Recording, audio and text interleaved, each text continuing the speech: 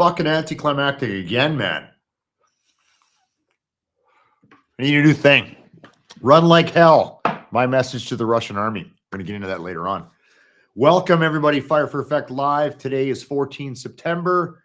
I'm happy to be back. It's been a couple days. I've got fuck all done this week that I planned, but I got a bunch of shit done that I wanted to. I know this looks like a cum stain now that I'm sitting down. For those of you listening to this later, just ignore what I just said. Yeah, I was on the Dean Blundell show yesterday. If you haven't watched the Dean Blundell show, it's on weekly, actually daily, Monday to Friday, typically around 1 o'clock Mountain Standard Time, 3 o'clock Eastern Time. Great show, lots of good shit. That's my man Dean, part of the Dean Blundell network, and I was very happy to be on the show with Dean and Alex Rebekov, who's from the Ukraine and routinely reports in as to what the fuck is actually going on over there. And he actually taught me a lot of shit I didn't know about, how we perceive stuff in the media about what's going on in the war over there versus what's actually happening in the war or how the media presents it. So we had some good excuse me. We had some great conversation. If you do get a chance, check it out. Hey, Jen. And it's on my YouTube channel, or you can get it on the Dean Blundell network as well. And we're going to dive more into that. I thought I was going to be on there for like fucking 30 minutes, and I was on for the full 2 hours. And I did not have enough time to articulate everything I wanted to say. I got so fucking excited at one point, I actually knocked my microphone flying off the table because I wasn't using the boom mic. I used a different mic. It was a little more super cardioid and tight because I have my dogs running around. Yeah, so I was pretty animated. Let's bring the boys in. Ladies and gentlemen, Mr. Bryce Hooper, Mr. Morgan Warren. Bryce, where are you, man? Explain to the good folks at home what you're doing. At the Veteran Bank. Reporting live from Canada Connect, Edmonton. Okay. I'm actually on site tonight at Canada Connect. We're actually using the space for my street outreach. Doing a whole bunch of stuff in the background, making things work for tomorrow's street team. So if for any reason, if I forget to unmute myself, I apologize for the music and the banter in the background. But yeah, we're making close to 500 sandwiches, and we've got close to probably 10 volunteers working in the background. So cool. Yeah. Good shit. We got a guest with us tonight. He's a listener or viewer, listener, viewer. I don't know. Maybe he's both. I'm going to bring him in right now. Mr. Ryan Perry, Sergeant retired, 24 years, Canadian Armed Forces, multiple tours, including Haiti, Afghanistan, and 2 deployments to the Ukraine. Ryan, how you doing? Good, guys. What's going on? Did I miss anything? No, it's pretty well. Kind of nailed her in a nutshell. Yeah, we wanted to get Ryan on because he's been over there, and that was part of the training mission, right? Was that Unifier, or what the fuck was it called? Yeah, Up Unifier. Okay. The first time I went over was with 2VP as their engineer, and then came home right at Christmas time, right after Christmas leave, early January. They said, well, you're going to redeploy with the Strathconas. So I left that March of 2017 and did Roto 3. Nice. And obviously made enough money to pay for all that fucking booze behind you, so that's good. Actually, this is the copy of the Morale Center I built on the Canadian base in Ukraine. Oh, wow. Yeah, the CO and the RSM let me build a bar for the boys. Who the fuck was that RSM? There's not too many of those guys around anymore. What year was that? With the Strathconas was 2017. Oh, the Strats let you build a bar, not 2VP. No, I only could serve beer out of the kitchen tent. See, that makes sense, man. That seems like that's a very right? 2VP thing, I believe. Fucking 2VP is not going to let you build a bar, but Strats might for sure. Yeah, that story tracks. They probably had a fucking gravy fountain too. Obviously. Actually, the guys, it blew me away how fit they were. Strats? Yeah. Yeah, dude. I've never heard anybody say that ever. Lies. I need a fucking minute, man. Oh, I've never Why, I've never Ryan? Why fucking do you heard gotta turn this anybody say podcast that. into a podcast of fucking lies? I'm telling you, it might have been that command team, but they were all about this Tabata fitness and this crazy circuit training. I'm too fat, too old, too broken to be involved in that. You But know yeah, what? they had some fit soldiers. To be fair to the Strathconas, I was in Bosnia in 03, and we had like one of those fucking strongman competition things, right? This is in Banja Luka, and the Strats had a recce troop up there. And there was this big, huge fucking guy. I can't remember his name. My good buddy, Sean Ellis. He knows him. And he used to play in the CFL, and he's a fucking beast, man. And he won the strongman competition. My only question for him was, how in the fuck do you fit in the fucking turret? Like, They don't. Like he was fucking jacked, man. He was massive. He's not your typical gravy eating little short armored guy it looks like my good friend James P. White from 95.7 Cruise FM. This guy was fucking fit as fuck, so I'm not going to shit on the Strathconas tonight. They're pretty Tonight. They were pretty fit. Two VP will shit on all fucking day, but not Yeah. Yeah. So I don't know if you guys tuned in to DBS yesterday to get a vibe for what I was going through, but we're basically going to kind of recap what I talked about. JM wants to talk about what's going on in Moscow, and I think we should try to touch on that. Although I'm not quite fucking sure, but we'll try to cover that too. The Russians are getting the shit beat out of them. Let's go to the graphics. I like to get graphics out of the way first because they don't have a fucking producer and I can't see. Overlay. Hang on. Sorry. Dead air. There we go. So this is kind of the global. For those of you listening, I apologize. You can Google this shit. It's maps of what's going on, like who controls what in the Ukraine. And it shows who controls what. If you're fucking around with your kid, hit mute, please. Now we're going to get into what's happened over basically the last fucking week. So the Ukraine's gains in Kharkiv counteroffensive. You can see how much fucking enormous amount of ground they've taken. And a little feint operation to the south to distract their attention. Also allow them to control ground. And we'll kind of talk about that in a bit. It's unbelievable. Hey, do you remember? Does anybody remember Op Storm? You ever heard of it? Okay, so Operation Storm was in the Krajina region of the former Yugoslavia in Croatia in 1995. I was on what was called the Magical Mystery Tour, meaning we never actually went, and I'll get into it in a minute. Basically, Serb-held territory in Croatia, and the CIA, this is open source information, I'm not fucking making this up. It was a CIA-led operation, and it basically allowed the Croats to fucking storm and take over the entire Krajina.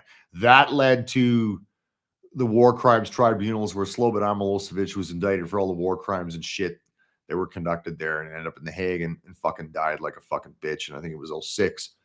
And this just gave me like deja vu of Op Storms. Like there's no fucking way the Ukrainian military did not achieve this without deliberate planning and Western influence, right? So actually, Ryan, I want to jump to you first and tell me give us your experience with those two rotos in the Ukraine. Talk about what you did and how it was, and be blunt. So be kind. But be blunt. Originally, my purpose was to be the engineer. I was one of one for the main camp in Storici. So that's where the infantry training center was. Basically where they did all their basic soldier skills. We had another camp, and do the math on this one, 188 kilometers away to the south, but it took you 8.5 hours to drive there. So I took care of that. And so what was your role there? Like what was your job when you were over there? So I did infrastructure for the task force. So I was a CE guy, Okay. but Yeah. then they tasked me to teach infrastructure sabotage to willing UAF members. I didn't have a lot of students who wanted to learn infrastructure sabotage. Like how to blow a fucking bridge up? Sabotage, water supply, power supply, Oh, sewage. get right into that. Sure. Yeah. Okay. Yeah. And especially for deniability to the enemy. That was my bag. Yeah. Yeah. So why was there resistance to that? Because that sounds like it's something they might want to fucking know. The same reason why they didn't want to learn how to run an echelon or service and support. They felt they didn't need it. They wanted first aid training, marksmanship, and they didn't want, but they so severely needed explosives handling training. Yeah. So like Chris, you have Go ahead. basic demolitions. Would you put a 9-volt battery and a blasting cap in the same pocket? Yeah, so nope. No, you wouldn't do that. That's a bad idea. Fuck, I wouldn't even leave it around anything that Jesus. static electricity. There's a way. I'm a dumb dead trucker, safety- and I don't think I'd do that. the specific shit for dead safety, and sure as fuck doing that is not what you would do. But I mean, that's the level of training they were at, right? Yeah, like that early on. Yeah, it wasn't great. They had a 50% AWOL rate at the training center. Yeah. So this is 2017 for everybody watching, Yep. listening, or jumping in late. This is prior to the war. And our good man Ryan here is explaining, having been over there two times as part of the training mission, what the fuck's going on over there. So yeah, keep going, man.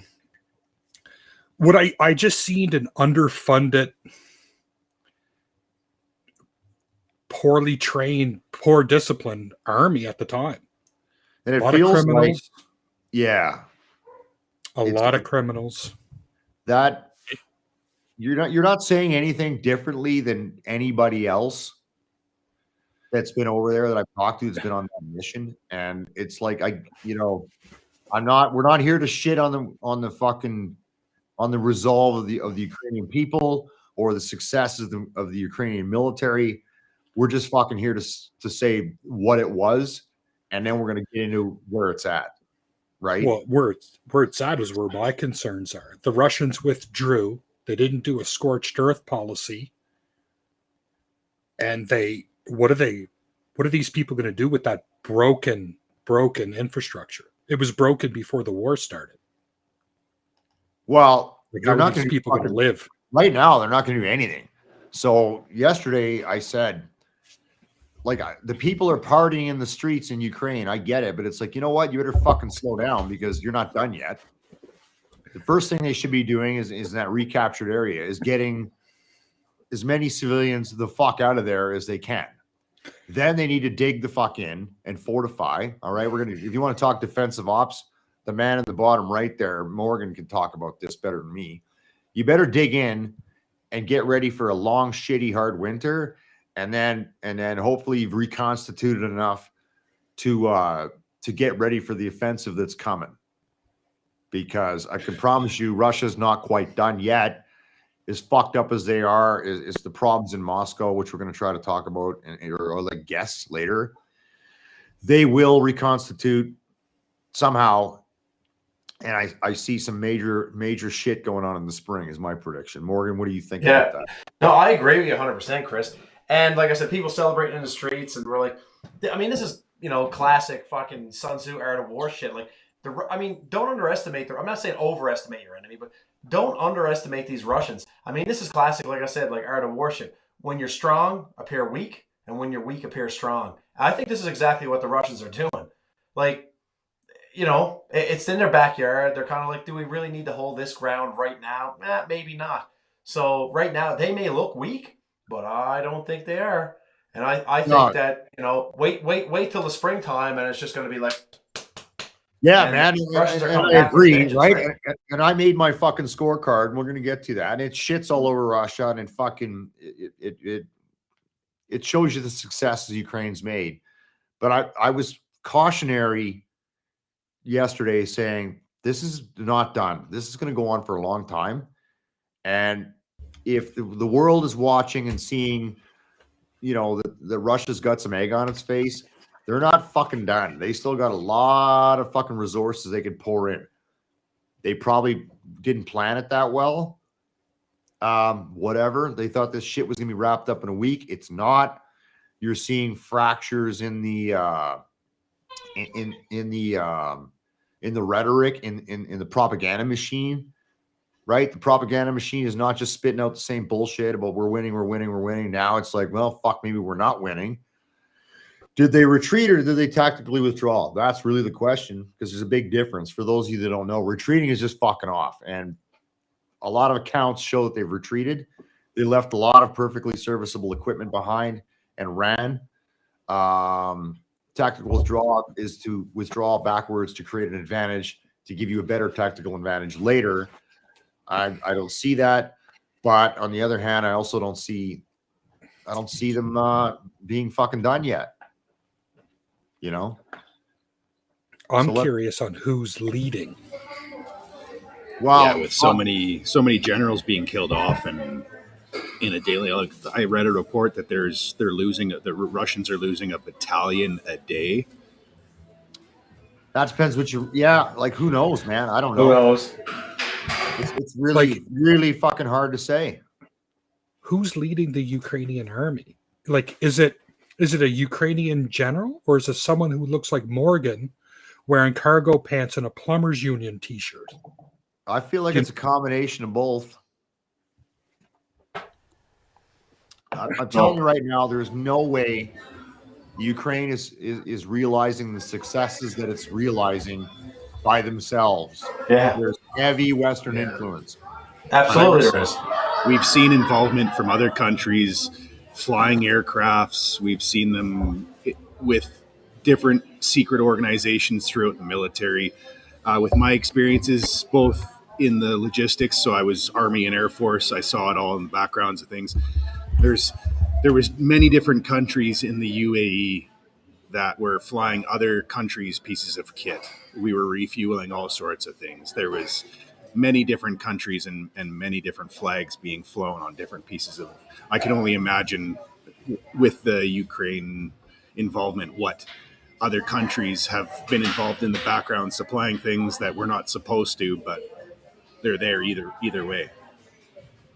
Well, and that's exactly it. There's what you see in the media, and then there's the fucking reality of funding, of equipment, and shit that is best kept out of the media.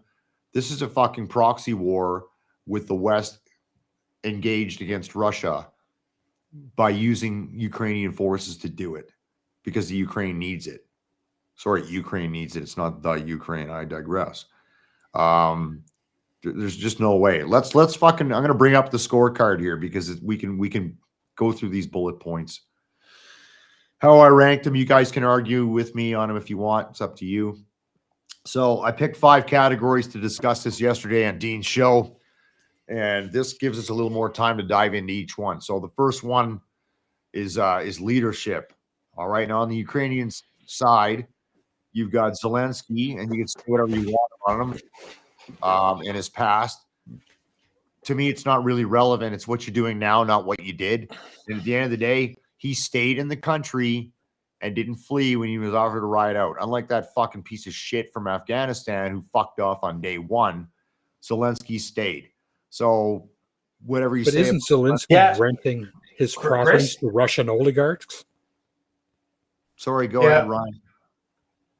I think it was. Go ahead. It was reported there by Reuters that Zelensky has vacation properties in Europe and is now renting them out to Russians, which I found kind of strange. Yeah. It depends what your angle is. Like, I'll rent a friend of my enemy is my friend, or fucking whatever. I think I don't know. The propaganda machine's pretty strong. It sends I wouldn't use him as a shining example of leadership. No, it's a big act. I agree with Ryan on this one 100%.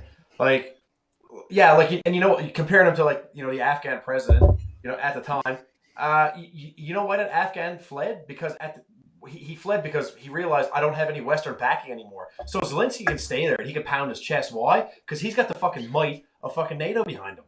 That's you know, fair. and the minute that NATO's like, you know what? Now we're done. Zelensky's going to be out of there, and the first thing fucking smoking, man. Yeah, well, like, NATO's not going to be done. Zelensky is the Ukrainian Justin Trudeau. He shows up for photo ops and he does fuck all. But he looks good. But he looks great. He's handsome. He looks fucking great. Just like Mr. Well, Trudeau. he was caught doing a GQ fashion shoot for the cover while his country was getting pounded by artillery and so forth, right? Just saying. No. Absolutely. Right. It's already been reported several times in the I knew US. this was going to go They this had way. they had a GQ fashion shoot with him and his wife. So he wasn't always in the country being the rock star that everybody thinks he is. He's always ducking out, being in the States, being safe and getting his photo on, charging people millions of dollars an hour. It was like, remember in Band of Brothers when they were always looking for so-and-so? Went up to division. And I was like, where is he? He's at regiment. He had to go up to division. I know. That's what he's All Zelensky. right. Captain Sobel. Hey, fuck you guys. Shit on my fucking check mark for Zelensky. I'm just saying that what he's doing, whether it's fucking fake news or not, is obviously led to better morale of his people. Now let's flip the coin to your fucking good buddy Putin there. The guy leads with systemic fucking fear, systemic corruption, spread false information to his fucking troops who half of them didn't even know they're going to Ukraine. Still calls it a special operation instead of war for what it was. And the Russian army has shitty ass low morale. It's fucking brutal. So thoughts, comments on that? Are you gonna rip on me and say Putin's the greatest fucking leader ever? Because fuck you guys if you do. Good, quiet. We can move on. I think I'm really stuck. Yeah, no, man. Like, go ahead. I think Come on, Ryan. Putin's Say it, devil, man. you know, Putin. Listen, I don't think Putin's a stupid man. No. I think he's a dangerous man, and he has probably up the plan H right now, ready to go. But you're right. He does lead by intimidation and fear. Putin is fucking done. He's also a very sick man. Read your history. Read what happened in Russia in 1905. However, like, once again, if you want to look at history, you want to look at Russia, like, whoever leads Russia needs, like, a classic strong man, you know, rule with an iron fist type of person. Like, throughout history, that's what the Russians want. Moreover, like, anybody I know, individuals that are married to Russians that have still family in Russia. I had windows and doors put in my house, like, you know, last summer, and you know, the guy running the crew and half the guys on the crew are Russian. And every now and then, like, when I kind of get to know these people, I'm like, hey, what do you think of Mr. Putin? And I'm just saying, my experience, this is only like a dozen people. However, every single one of them, it's been the same answer. Like, yeah, we love him. My family in Russia loves him. He's all about Russia. We love him. So, I don't disagree with you, but his big fucking bad boy army, which is a piece of shit army, is getting the fucking shit beat out of them. And that's not even a direct war with NATO. So, like, I get what you're saying. He's being supported. Ukraine's being supported by the West. There's no scenario where the Russian army lasts 8 fucking weeks against the fucking NATO. Not a chance. No. And here's what happened. But once again, though, is 1905 when Russia got their asses handed to them by Japan, there was a fucking revolution. In 1917, right after World War I, when Russia got their asses handed to them, there was a revolution. If he fucks this up, he is fucking done. No, I agree with you 100%. But the wild card is like, has the Russian military, has Mr. Putin really kind of, you know, okay, has he really flexed nuts? I don't think he has. I think he's got like the fucking B and the C team out there right now. I don't know. I like I said, don't overestimate him. Don't underestimate this son of a bitch, because like Ryan said, he's a dangerous man. He's not a stupid man. I thought this shit would have been wrapped up in a week when it kicked off in February. I did. And it hasn't happened. And now we're 6 months in, and these fucking guys are like fucking hightailing it back home. Fair enough, but I don't think Mr. Putin, he didn't want to go in there and just fucking level everything and kill the infrastructure just so he can rebuild it later. Well, that's what they're doing. They just blew up they fucking, listen, man, they just blew up the goddamn fucking power plant for no reason as part of their withdrawal from a fucking, some kind of fucking ship launched missile. But that's classic Russian technique. They're leaving and they're Scorched blowing earth. shit up on the way there. Yeah, exactly. That was mentioned earlier. They're This is their 100%. tactic. They're Yep, running away 100% fucking fucking scared shit right up. now because there's so many others involved in the background that none of us are seeing too. There's got to be involvement from all of those 3-letter acronyms from the U.S. There's going to be involvement from the Canadian stuff. I mean, we still got troops there, for fuck's sakes. There's no way that they're not being involved in the background of things, let alone our special forces, etc. I can only imagine the background of things currently, and that's why they're running. Maybe they've got battalions of guys that are just fucking shit up that nobody's talking about. Yeah. Okay. Leadership's done. Fuck, I don't want to get into it anymore. Let's get into real army shit. Training. Now, hey, listen, and I know it's a green check box, and I know that Ryan's got some other comments, so just bear with me. The Ukrainian forces received training from NATO. Ryan could speak to this. Yep. But their dog shit army that they were, and I know it was, has just went through 6 months of fucking real war fighting in their own territory. And that evolves how they train and influences their tactics. The Russians, on the other hand, after years of corruption, neglect, coupled with low morale, poor leadership, has resulted in a poorly trained and an undisciplined military.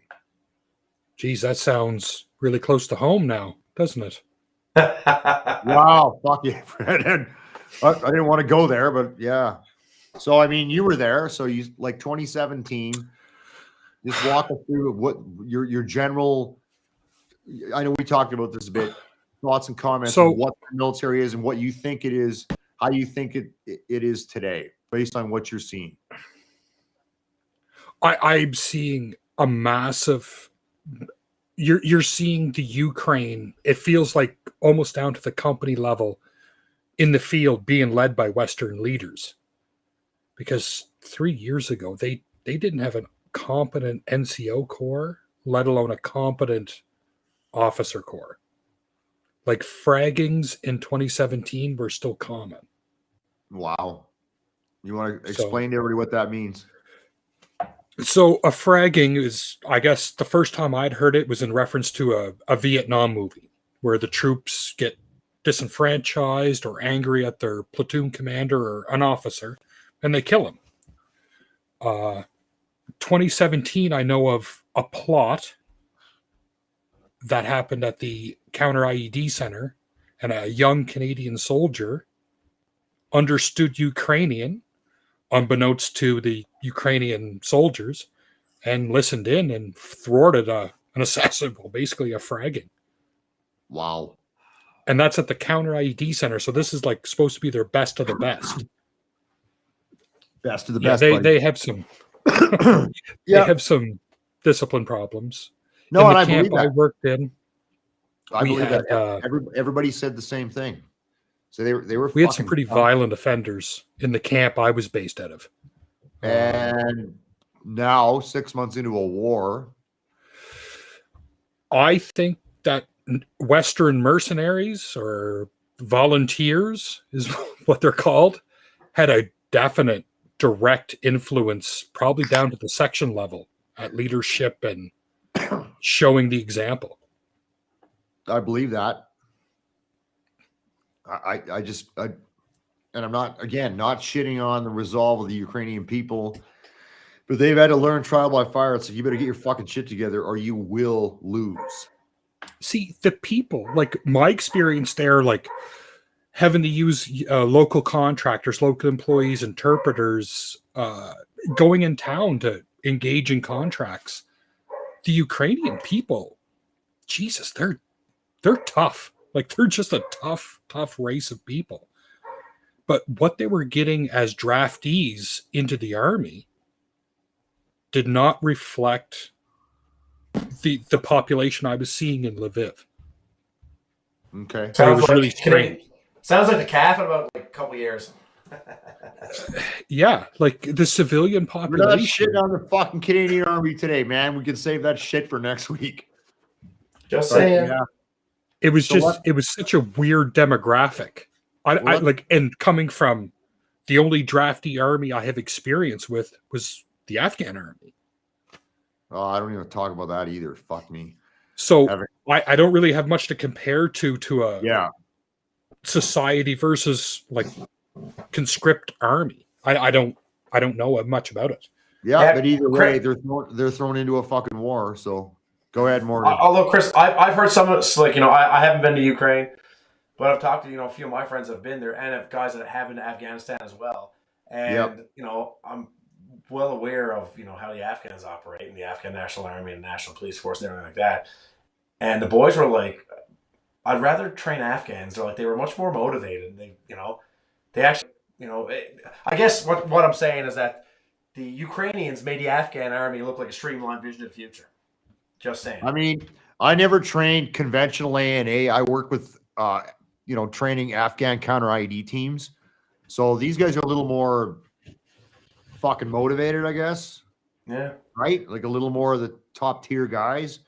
But I remember my first roto was based out of Kabul.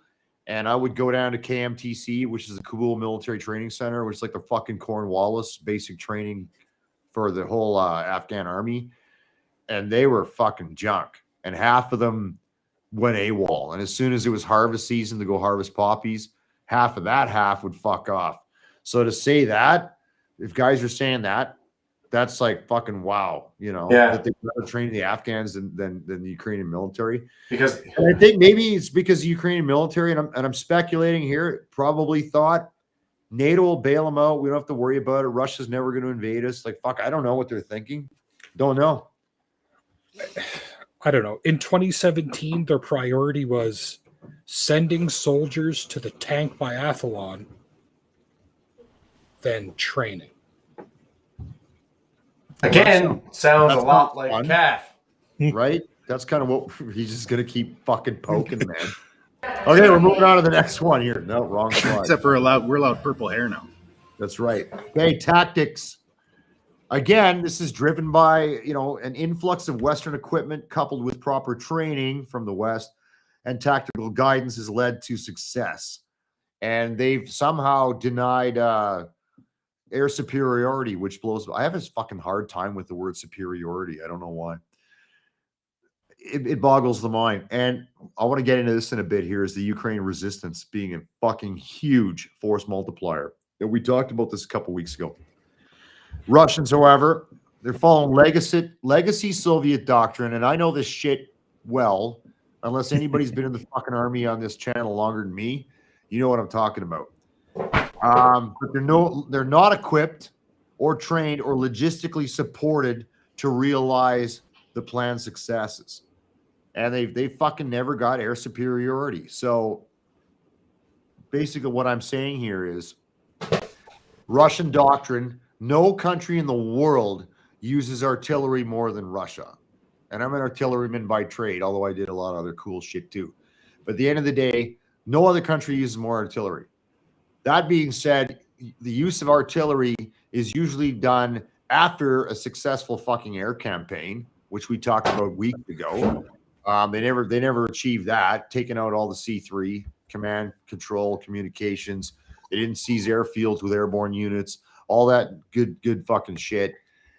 Then, okay, we're going to pound the shit out of you with artillery, and they fucking destroyed all kinds of stuff. They have indiscriminately fired at civilian targets, and I've seen that firsthand from friends that are there on the ground doing search and rescue. So you can't argue with that. But here's where they fell down. They got no fucking gas. They have no ammo. The troops have no morale. They can't hold the ground. They fail to seize and hold ground. So your armored and your infantry that would follow that fucking artillery barrage, typical Soviet doctrine, never came to light. And even if they did, now you got these fucking guys in held territory that cannot hold ground. They have no fucking food. They got no fuel. They got no ammo. Their morale's in the shitter, and they're hearing on the chatter. We're going to talk about this mill blogger thing in a bit. And they're like, fuck this shit. All my buddies over there, they left. I heard it on the radio, and all my buddies over there, they left. Why am I going to fucking stay here? So that's why they get the big fucking shit stain.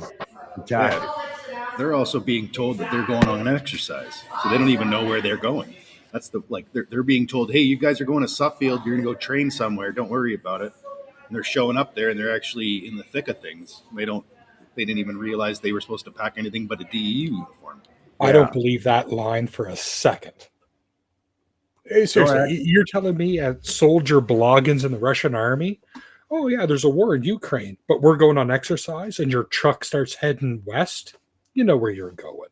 Like, I don't know. Well, maybe not. I mean, you're getting this from guys who've fucking since like fled Russia and seeking asylum, saying that that's what happened. And I don't buy it. If I was seeking asylum, I'd tell a pretty tall tale too. That's fair. That's fair. Hey, that's fair. Tell them anything they want to hear. I'm seeking asylum and I'm on the internet. I'm gonna fucking tell you all kinds of shit. Again. Yeah, 100%. The sky is purple, by the way. If I get to stay in France, it's on the fucking internet. It must be true. Exactly. I don't know, but either way, let's just focus on the army shit versus conjecture and guessing. Is the Russians' tactics following typical Soviet doctrine was completely undermined by their inability to resource and sustain those operations. A fucking 100%, man. There's no scenario where you're arguing with me on this. Also, because I can hit mute and fucking it's my pod, so you can't argue. So, what is the Russian strategy? Going to leave Spetsnaz or an Alpha group to do counterinsurgency and do reconnaissance? Their doctrine is solid if they fucking actually didn't have decades of corruption following their leader, where all the fucking senior leadership bought yachts in the Black Sea instead of fucking like buying good tires for their trucks and maintaining their equipment. Wait a minute. Are you talking about Russia still? Or are you talking about the CAF and the Republic of Canada? I'm confused here. I'm lost. I got a placard. This is the Russian army. Now we're talking about the fucking Canadian army. Are you talking about corruption and planes and yachts and vacations? I mean, I don't know. Are you talking about the PMO? I don't know. I'm just saying. I don't know. Anyway, you're fucking on my train of thought. The Russians fucking suck. Look at the pictures, man. Where's their good kit? I'm looking at a picture of a BTR 70. It's in Russia still. Exactly. But Chris, that right there is Russian doctrine. They're sending in the C team and the B team. The A team are still sitting on the rucksack, bro. Fuck off, man. I'm not agreeing with you on this because I've been waiting for the fucking A team for 6 months. This guy's in so much political shit right now.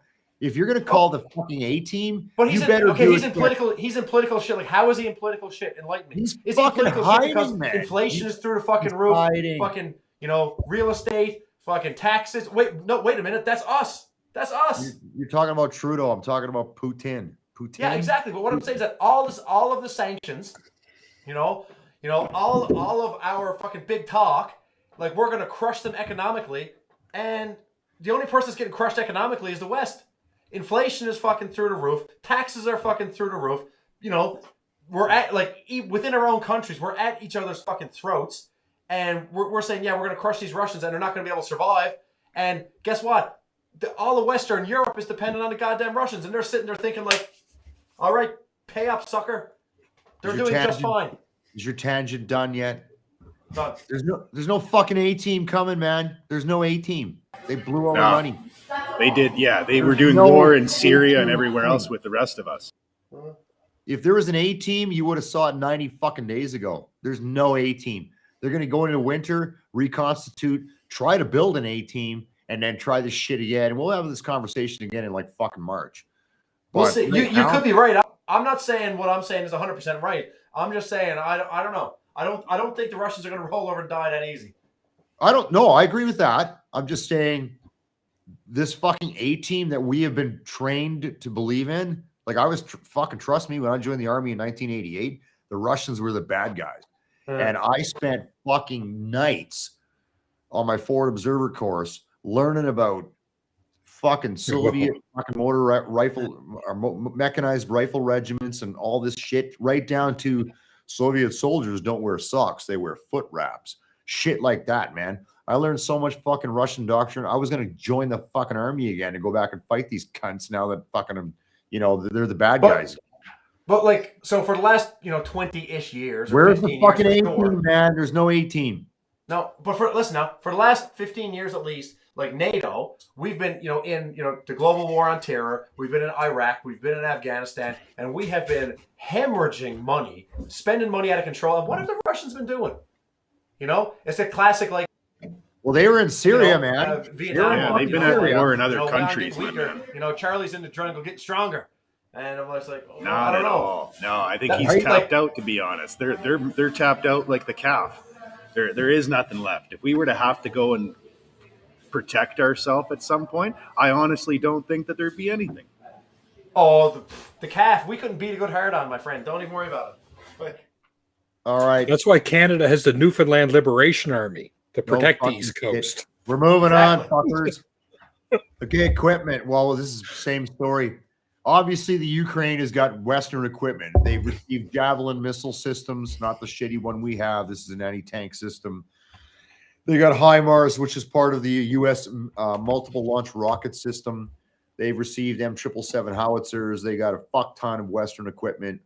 They have Western intelligence, surveillance. And they have 3 batteries of Iron Dome from Israel. Yeah. The Russians got junk shit, period. Dilapidated due to years of fucking neglect based on corruption. I haven't seen these kick-ass, super cool tanks yet. I've yet to see any of this rock star Russian shit. I don't know where the fuck it is. Maybe they're saving it for fucking Morgan's A team. But most of the pictures are of junk crap from the fucking 90s that is just getting fucking murked by Western equipment. Not like the Ukrainian. Okay, actually, Ryan, you tell me, what is their legacy kit? Because it feels like it's just old Soviet era shit from the fucking Iron Curtain. They've been trying to jack up old T-62s, T-64s forever. Someone in the ops staff of the Strathconas when I was there scored us a tour of their tank factory. And what it wasn't a factory. It was just a body shop. They take these, like literally taking stuff off monument pads, stripping it down, pulling Morgan, the turret off of it. Fucking word. I know what you're going to say. And I'd never seen anything older than a T-72 up close. So I walked up to this T-62 and they're trying to get the autoloader working. And I haven't seen violent action like that since an abattoir. Like, yeah, I don't know. I would not want to be inside that tank with that autoloader. Yeah, like I know that prior to being fucking kitted out by the West, they had junk shit. But hey, guess what? They're up about 650 tanks in the last 24 hours because the Russians all fucked off and left their kit. Okay. Yeah, but the Ukrainians, much like the Afghans, you can give them the best equipment today. They don't have the brain power to fucking maintain it.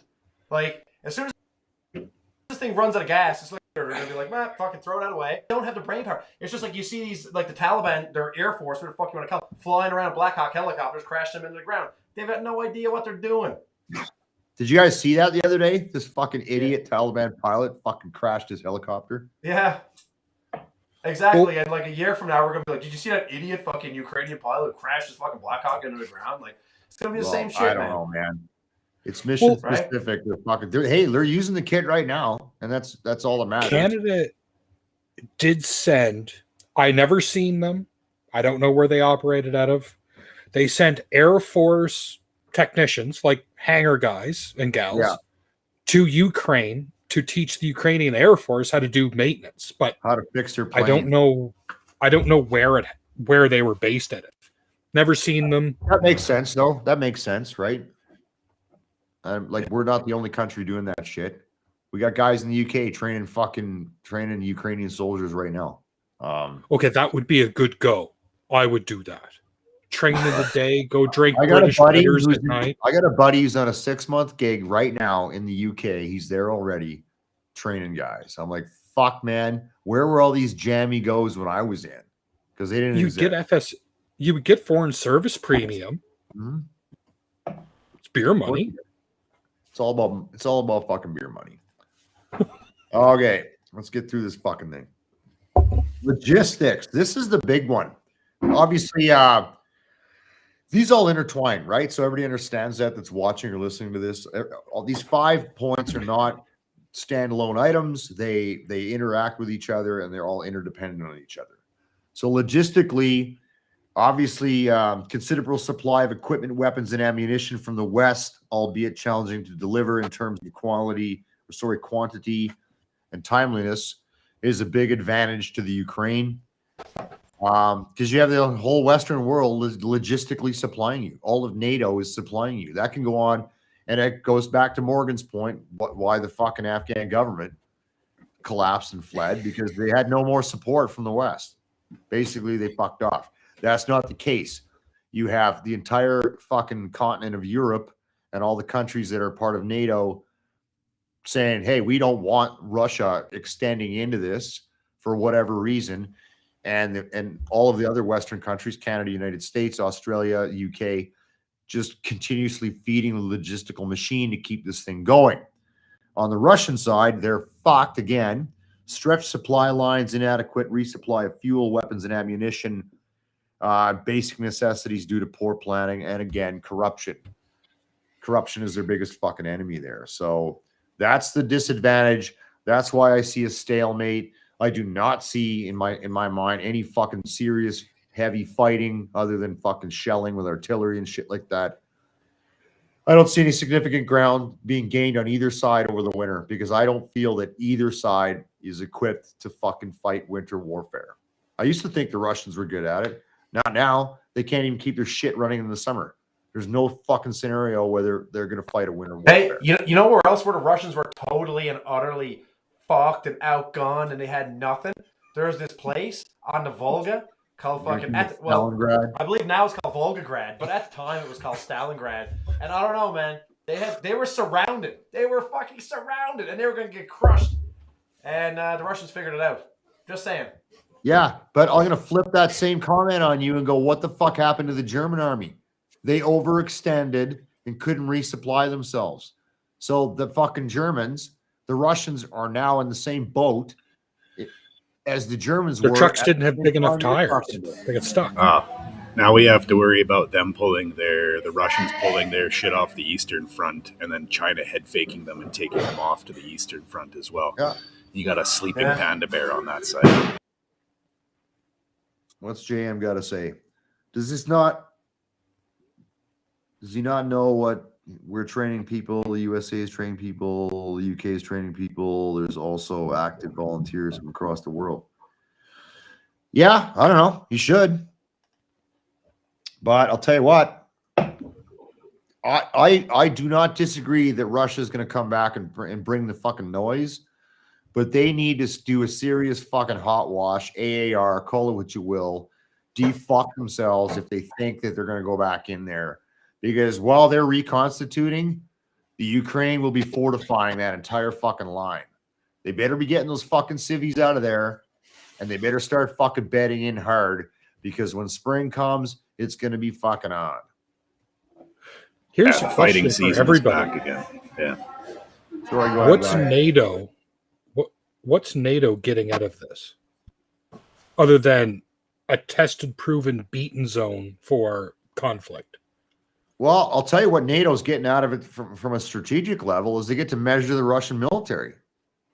No, 100%. But there's been billions invested of taxpayer money from the NATO countries plus other countries. I wonder what the return is going to be, if anything at all.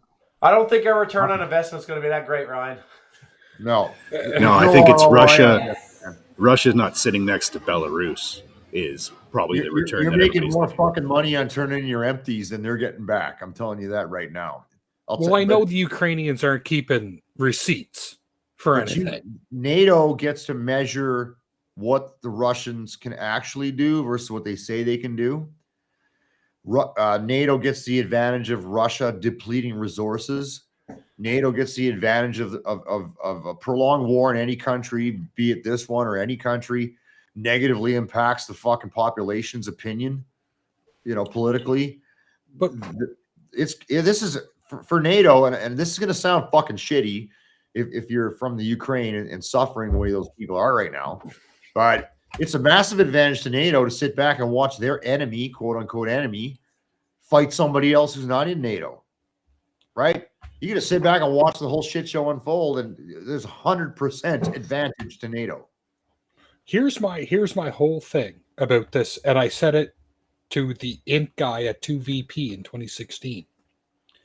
I said, is the wool being pulled over NATO's eyes? Are we watching Russia when we should be watching somebody else? And he just smiled. He didn't answer me. He just smiled and walked away. I was like, oh, shit. Never do not talk to Canadian int guys. Well, I said... What his name was Major McLean. No. Oh, Jen's not watching anymore. She used to be int. My ex-wife, she's medical now, but she used to be int. Fuck, those guys are fucking right out of her. Maybe you're right. More scared of Iran than Russia. And maybe you're right. I mean, but okay, well, how long are we gonna fucking pretend that? This fucking thing's been going on 6 months. If we were having this conversation 4 months ago, 2 months in, I'd probably believe there's an A team coming. I'd probably believe that Russia's fucking being all this, that, and the other thing. But 6 months in, coming up on winter, and they don't have that shit wrapped up yet. I don't know, man. I don't know. It's hard pill for me to swallow to believe that. I think the Russians are fucked, and I don't think they're going to win this war. I do think it will drag out, but I don't think Russia's ultimate goals or gains will be realized. Do I think Ukraine will go to the table and concede some ground? Probably. Yeah. Probably. Even though Zelensky says, I'll never do that. I'm like, yeah, you will. Shut the fuck up. Yes, you will. Yeah. So maybe, okay, let's bring that map up. Yeah. I mean, right? This map is pretty close. Give it up. It's fucking people can stop dying right now. Done. Like, this is pretty close to the 2017 line where they wanted to go to the negotiation table. Yeah. So why don't they just, if I was Russia, I'd be like, okay, this is what we wanted originally. Let's start negotiating. Sure. I don't know. If Putin there wants to save face and fucking Zelensky wants to stop dying. Easy for me to say sitting in Canada. I know people around the world watching or listening to this don't shit on me. Fuck it. If the bulk of these people are pro-Russia in these areas in red, I'm sorry for listeners who can't see this, then fucking go to the table and work something out, man. Create a buffer zone. I don't know. Do something, but stop killing civvies. Yeah, like they could negotiate. They could do a ceasefire come first snowfall and negotiate all winter. And hopefully they have a result by, because the Ukrainians don't really work in December for Christmas. Maybe they'll have an answer by February. Maybe. I don't know. I know. Actually, Jam brought up a good point here. My family's from Finland and they're ready to fight Russia again. There's a lot of other countries. Let's leave the Ukraine out of this that are watching this whole fucking thing go down. And they're like, they border Russia too. And they're like, well, okay, if you concede fucking ground or concede Ukraine, who the fuck knows, man? Like, Putin's pretty pissed off after what Gorbachev did and collapsed the Iron Curtain, the whole Soviet Union. And he was like some FSB station guy in Poland at the time. And it was like, hey, you're done. Pack your shit. Get out. He wants his Iron Curtain back. So why would he stop at Ukraine? Why would he? Somebody tell me why. Well, he's not going to get Poland. No, he's not going to get a NATO country. So he goes after the only one that isn't.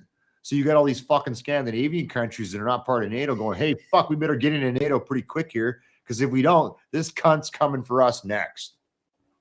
Right? Now, during the Second World War, didn't Finland, their resistance movement, slap the Russians and the Germans around pretty good? Fuck yeah, they held their ground, man. Those Finnish guys did not fuck around during the Second World War. Resistances are awesome, man. The Ukrainian resistance is fucking probably better than their army. When is this Ukrainian resistance you speak of? So when the fuck did we talk about that, boys? 2 weeks ago? Week ago? I read an article on it, and they got basically ex-military guys. You're creating your typical underground resistance made up of civilian population, but these guys are more than a communication network, an intelligence gathering network of civvies. You know, they're out there running risky fucking information gathering missions, flying drones that can be picked up by Russian fucking tech equipment.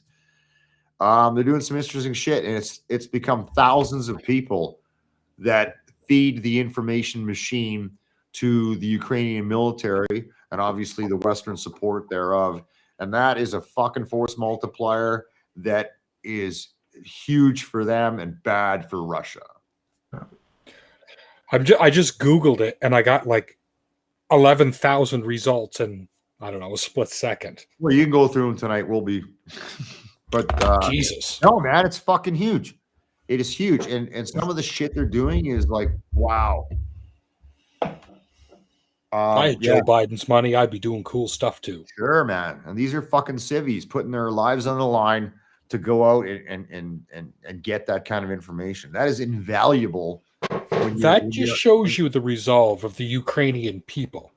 Well, it's the same as in France in World War II. Fucking in Holland, the Dutch resistance was huge, and you can go on and on and on and on. If you are in a country defending itself from an invader, the populace will create a resistance that will be a force multiplier for the military, and that's why, this like the Russians in Stalingrad. Right, the Russians in Stalingrad. I just can't see. Well, fuck. There you go, Morgan. I don't see any scenario where Russia gets everything it wanted. Like, fuck. I just don't see it. I agree with you, but I think people are delusional to think that that Putin's like, I want all of Ukraine. He might be saying that, but really, he said, I want all of Ukraine. What he really wants is just a little bit of shit down here. Like I said, and Ryan said it earlier, he's not. And like I said, he'll go to the table, they'll negotiate, and he'll probably get exactly what he wants. We might think that he wants everything, but he doesn't. He's not stupid. I don't know. He wants the industrial areas and he wants the natural resources, and that's Right. all in eastern Ukraine. Well, and especially the shit down south where there's ports. Of course, he wants that.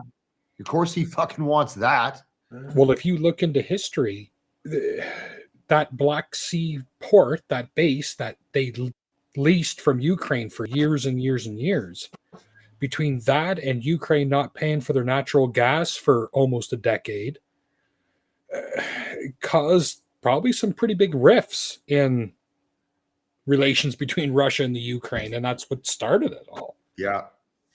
I mean, we'll see how it goes. I don't know. We're gonna wrap this shit up, boys. I want to thank you guys for your time. Ryan, thanks for jumping on. Thanks for your insight. Once again, you know the hooligans here. Ryan Perry, 24-year veteran, multiple tours, Haiti, Afghanistan, and 2 tours with some insight into the Ukrainian military, having actually been there. So you guys can hang back for a bit. I'm going to wrap this shit up. If I didn't get to you guys' questions last week on Ask an Army Guy, I apologize. So thanks for hanging out, guys. Let's give us some shout outs. Fire for Effect Live, brought to you by DeanBlendell.com. Go to DeanBlendell.com. You can find my pod on there and a bunch of other really good ones and all kinds of actually fucking really interesting information about sports, news, and just weird ass shit. Check it out. Positive Mike's Brewing Company. Positive Mike makes really amazing beer. Unfortunately, not all of you have access to it, but you can buy his gear. Check out his social media feeds and he'll hook you up. Mr. Hooper Inc. That's one of Bryce's 2 companies. If you're looking for alternative sources to medicine and to get your awareness on cannabis and other alternatives to conventional medicine, check it out. And last and not least, my favorite people on earth, Jeff None and his family from Lakeside Farmstead, who produce local dairy products and make the best Wagyu cross beef you're going to find in the area. I hope you guys had a good one. We will, oh, fuck's sakes. I need a producer. I'll see you guys next week. We'll see what we're going to talk about. So thanks for tuning in, and we will catch you guys later.